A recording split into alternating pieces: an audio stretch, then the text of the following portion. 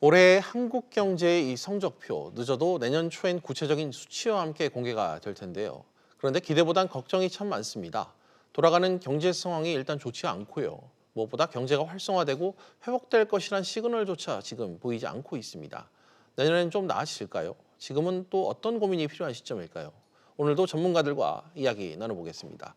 최양호 현대경제연구원 고문 그리고 김대종 세종대 경영학부 교수 나오셨습니다. 두 분 어서 오십시오. 네, 반갑습니다.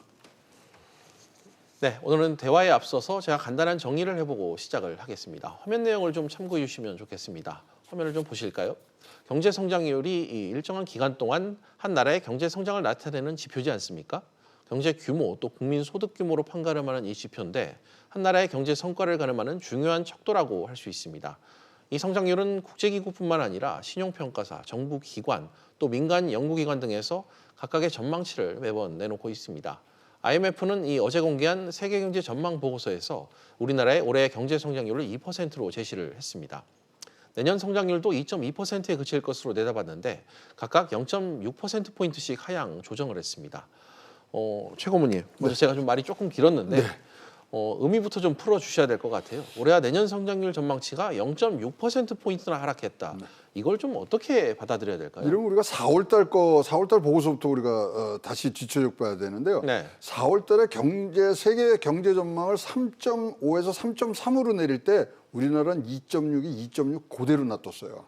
그때 건드리질 않았었거든요. 근데 요번에 0.6. 2.6에 0.6%는 사실 25%나 이상이 지금 깎인 거거든요. 네.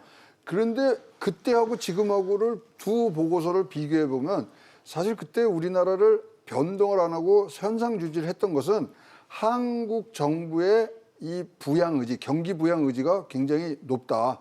그래서 재정을 확대하면은 분명히 우리나라는 좋을 것이다. 그리고 당시 기억을 하시겠지만 추경이 빨리 가고 그다음에 우리 추경을 생산적인 부분에 쓰면 0.5% 이상의 효과가 난다는 얘기들을 했었거든요.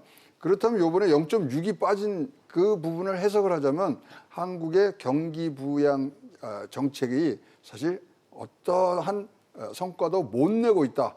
이런 부분들로 가야 됩니다. 그때 동결했을 때도 미중무역 전쟁이 있었고요. 네. 그다음에 그때 동결했을 때도 제조업이 위축된 데는 가정을 했는데 그건 변한 게 없지 않습니까? 그렇다면 결국 우리가 숙제를 안 한 부분, 경기 부양책이 안 가고 있는 부분들이 분명히 이번에 0.6%의 하락으로 표시된 거 아니냐. 그렇게 해석은 저는 하고 있습니다. 예, 두 외생 변수가 좀 그대로인데 여전히 처방전을 제대로 우리가 이행을 하지 않았다. 뭐 이런 느낌으로 좀 해석을 하겠습니다. 이 배경으로 또 IMF가 꼽은 건 미중 무역 분쟁, 또 일본의 수출 규제 등 무역 불확실성에 있었습니다.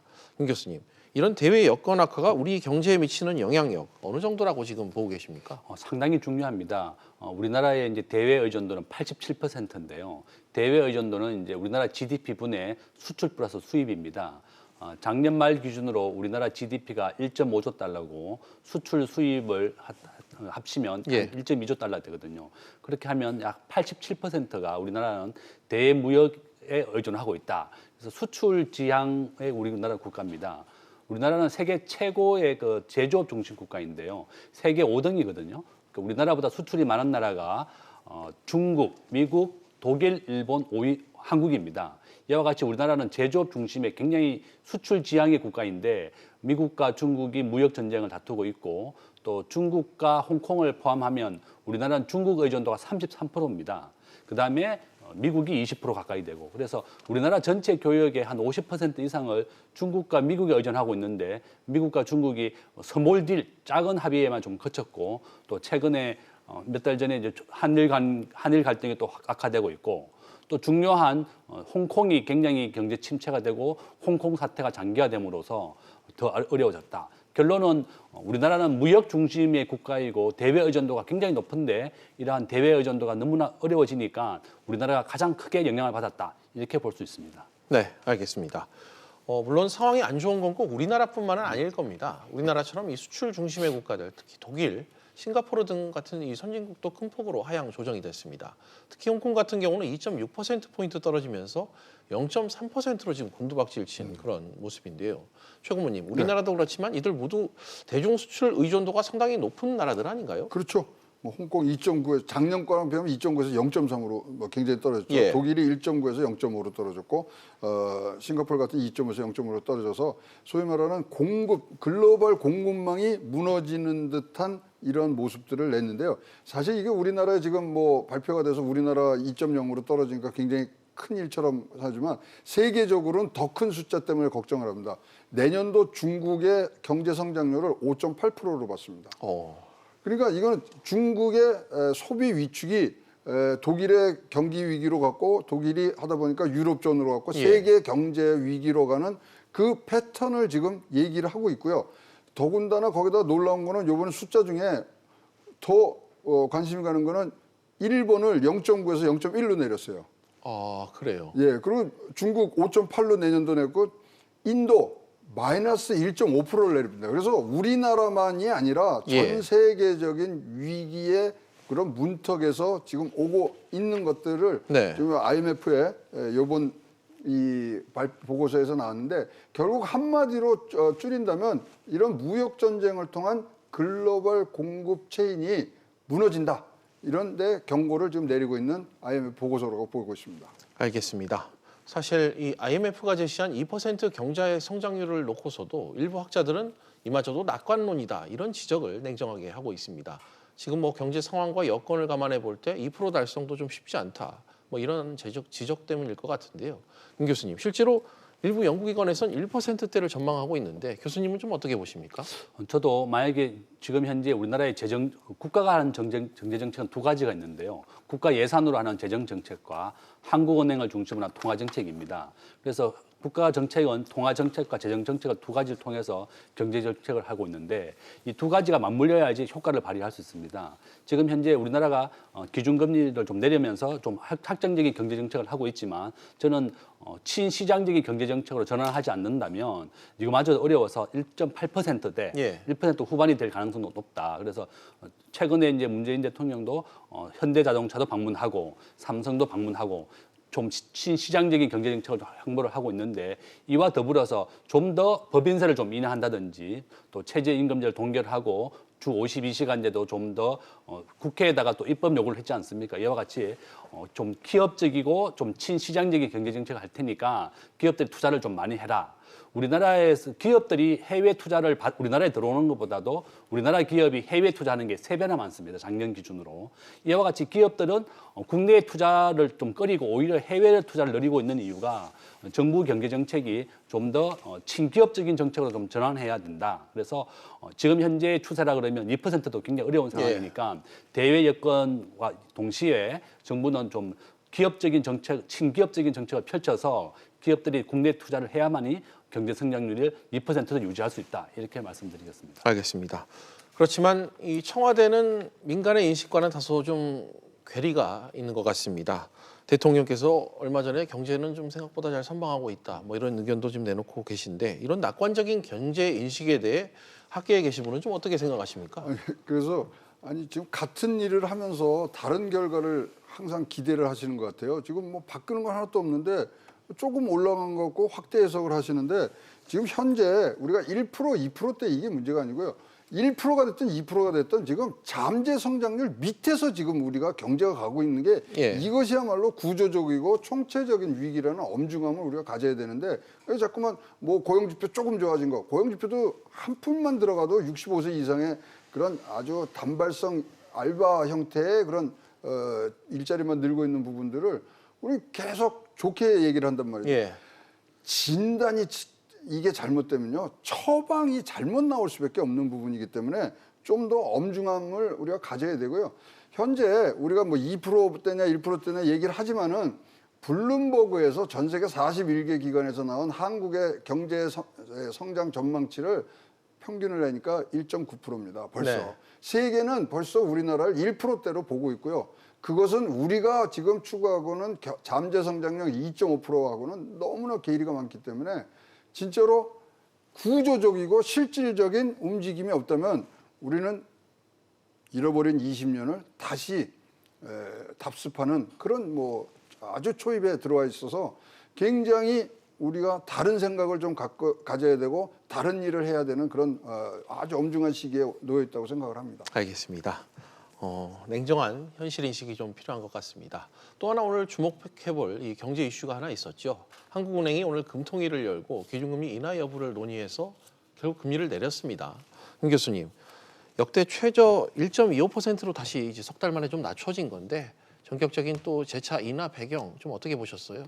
지금 보니까 이제 정부에서도 재정 정책만은 안 되고 이제 금융 정책을 통해서도 경기를 부양하겠다는 의지 같습니다. 예.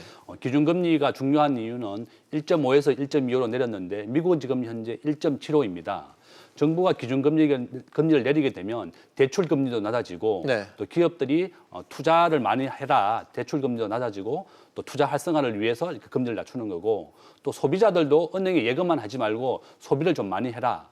은행에 우리가 1억을 넣어도 월 10만 원도 이자를 못 받거든요. 세금을 또 예금 이자에 대한 세금을 16% 떼게 되면 예. 월 10만 원도 안 되는 이자니까 소비도 많이 해라 이런 취지입니다. 그래서 정부가 원하는 것은 이 통화 정책을 통해서 기업의 투자를 활성화하고 또 국민들도 예금보다는 우리 소비를 좀 많이 하고 예. 또 대출 금리를 좀 낮춰주고 좀 더 여유가 되는 돈으로 더 소비를 지출해라 이런 취지가 기준금리입니다. 그래서 전 세계에서 경기를 부양하기 위해서 가장 많이 하는 정책이 바로 기준금리를 인하해서 경기를 부양하고자 하는 것이다. 최근 들어 우리나라가 또 그 물가 인하가 또 지속되고 있고 마이너스 예. 되고 디플레이션 되고 있으니까 어떻게든지 좀 경기를 좀 더 살리자 이런 취지에서 전격적으로 인하를 더 했고 한국은행은 추가로 더 인하 여력도 있다고까지 얘기할 정도로 예. 금리 인하를 계속 추진하겠다 이런 정책을 밝혔습니다. 알겠습니다. 그렇지만 최 고모님, 네. 경제를 둘러싼 대내적인 여건이 좀 밝지 않은 상황에서 과연 좀 효과를 낼까? 이 부분이 좀 의문이고요. 부작용을 우려하는 견해도 좀 적지 않은 것 같습니다. 이게 우리나라 돈이 기축통화가 아니기 때문에 예. 이제 한은의 정책적 여력이 전혀 없다고 저는 판단하고 있거든요. 거기다가 통화 정책 효과가 예전만치 못해요. 무슨 얘기냐면 이게 금리를 내려주면 소비하고 투자가 딱 반응을 해줘야 되거든요. 전혀 없지 않습니까? 그렇다면은 이 소위 말하는 우리가 쉽게 얘기해서 돈맥경화 돈이 안 돌거든요. 통화 승수라든가 통화 지금 유통 속도가 예. 과거에 비해서 굉장히 줄었습니다. 거기다 플러스 지금 뭐 부동산 때려잡느라고요. 금리를 인하를 하더라도 추가적인 자금 유입을 지금 완전히 막아놓고 있거든요. 그러니까 따로따로 놉니다. 정책이. 이래서 무슨 재정 정책이든 뭐 통화 정책이든 이게 제대로 되겠습니까? 요번에 0.6% 초도에도 말씀드렸습니다. 0.6% 내린 것은 재정 효과조차도 우리가 슈퍼 예산을 써서 하는 것조차도 지금 우리나라는 잘 안 먹힌다는 IMF의 엄정한 경고라고 생각을 해야 되는데 예. 그것을 다시 통화 정책으로 해서 풀어준다. 저는 요번에 금리 인하한 것도 굉장히 타이밍 미스다 생각을 하고요. 조금 더 정책 여력을 남겼다가 진짜 큰 파다가 올 때 썼어야 되는데 조금 너무 지금 실탄을 난사하는 거 아니냐는 그런 우려감이 많이 있습니다. 알겠습니다. 결국 오늘 뭐 총재께서 이주일 총재가 기자간담회를 통해서 정부의 역할이 상당히 이제 중요해졌다 이런 지적을 좀 해주신 것 같습니다. 어느 때보다 정부의 세심한 정책이 상당히 좀 필요할 것 같은데 김 교수님 이 부분에 대해서는 좀 어떤 견해를 갖고 계십니까? 이주일 총재가 원하는 것은 정부의 금융 통화 정책은 우리가 금리를 좀 내려가지고 좀 경기를 활성화할 테니까 정부도 재정이 한 500조 원 되지 않습니까? 네. 우리나라가. 그래서 정부가 이제 하는 이 재정 정책은 일자리를 만들어내는데 이제 우리가 아까 앞에서 말씀하신 것 같이 노인 일자리 같은 게 우리나라는 세계 최고의 제조업 중심 국가인데 양질의 일자리보다는 이렇게 보건복지 아니면 또 노인의 일자리 이런 쪽으로 많이 늘어났고 최근에 이제 고용률이 67%예요. 이제 정부가 굉장히 좋은 상황이라고 얘기한 것은 이제 고용률이라든지 실업률이 좀 낮은 것 때문에 그런데 실질적으로는 우리나라가 제조업 중심이고 또 40대 중심의 일자리를 만들어내는 것이 중요하다. 그래서 저는 정부의 이주일 총재도 얘기한 것 같이 정부는 친시장적인 경제 정책으로 통해야 된다. 지금 현재 전 세계는 법인세를 내려가지고 기업들이 일하기 좋은 환경을 만들고 있습니다. 미국의 트럼프도 21%로 법인세를 낮추었고 일본도 22%입니다. 또 우리의 경쟁국인 독일과 캐나다가 법인세가 15%인데 우리나라만 27%로 법인세를 올렸거든요. 이와 같이 기업들이 우리나라에서 일자리를 만들고 일하기 좋은 환경을 만들어야 된다. 그래서 친시장적인 경제 정책을 좀 더 보여준다 그러면 이 통화 정책과 재정 정책 또 정부가 국내 투자를 활성화하고 친시장적인 경제 정책을 보일 수 있으니까 더 좋은 경제 환경이 될 것이다. 그래서 성장률을 올리는 방법은 앞에서 말씀드린 것 같이 친노동적인 정책에서 친시장적인 또 친기업적인 정책으로 전환하는 것이 좀 필요하다. 또 그렇게 보여줘야 됩니다. 알겠습니다. 통화 정책의 효과가 이 제한적일 것이라는 관측이 계속해서 나오는 이 상황에서 최 고문님 마지막으로 좀 어떤 효과를 좀 배가시킬 수 있는 방안 한 말씀 짧게 지금 부탁드릴게요. 김재정 교수가 지적한 제조업의 사업 다각화 굉장히 필요하고요. 그다음에 우리가 지금 IMF가 계속 얘기하는 건데 안 하는 게 있어요.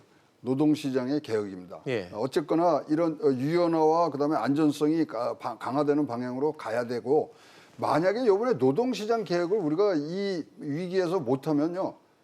당사자가 못하면 남이 해주게 됩니다.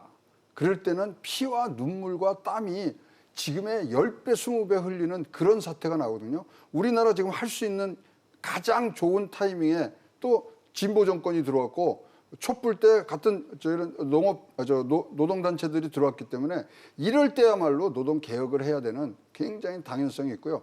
2017년 5월로 돌아가면 그때 세계에서 대통령이 되신 분이 두 분이 있습니다. 마크롱 대통령과 문재인 대통령. 예. 두 분이 굉장히 비슷하고 국민들과의 친화성을 했지만 결국 하나가 지금 갈른 게 있습니다. 불란서는 노동 개혁을 해서 지금 벌떡 일어선 다시 유럽의 강국으로 올라서는 그런 대국으로 올라갔고요. 우리는 지금 경제 위기를 걱정하는 순간으로 지금 빠져들고 있다고 생각을 합니다. 예, 노동개혁이 절실히 필요한 시점이다. 마지막 말씀 해주셨습니다. 오늘 두 분 말씀 여기까지 듣도록 하겠습니다. 오늘 나와주셔서 고맙습니다.